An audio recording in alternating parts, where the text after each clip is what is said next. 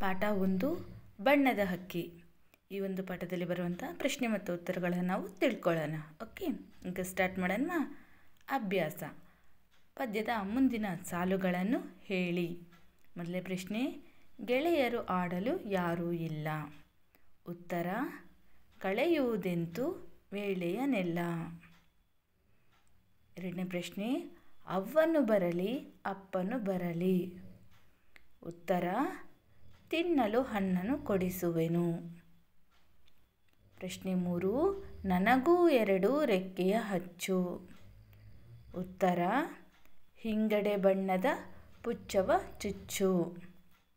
ಪ್ರಶ್ನೆ 4, ನಾನು ನೀನು ಇಬ್ಬರು ಕೂಡಿ.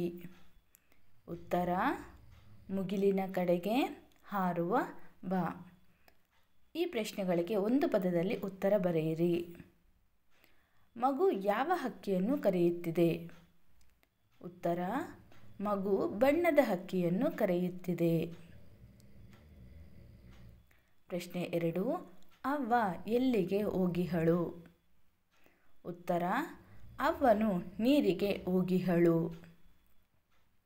ಮೂರನೇ ಪ್ರಶ್ನೆ, ಮಗು ತಿನ್ನಲು ಏನನ್ನು ಕೊಡಿಸುವೆನು ಎಂದಿತು? ಉತ್ತರ, ಮಗು ತಿನ್ನಲು ಹಣ್ಣನ್ನು ಕೊಡಿಸುವೆನು ಎಂದಿತು.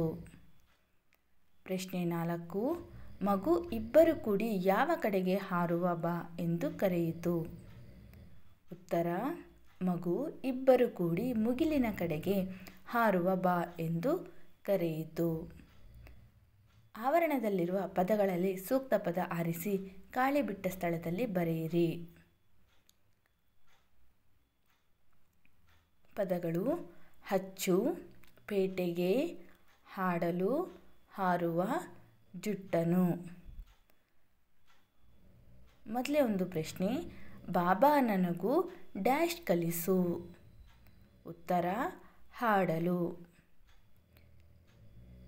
ಎರಡನೇ ಪ್ರಶ್ನೆ, ಅಪ್ಪನು ಹೋಗಿಹನು.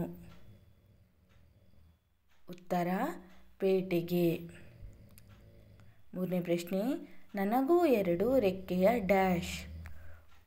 ಉತ್ತರ, ಹಚ್ಚು.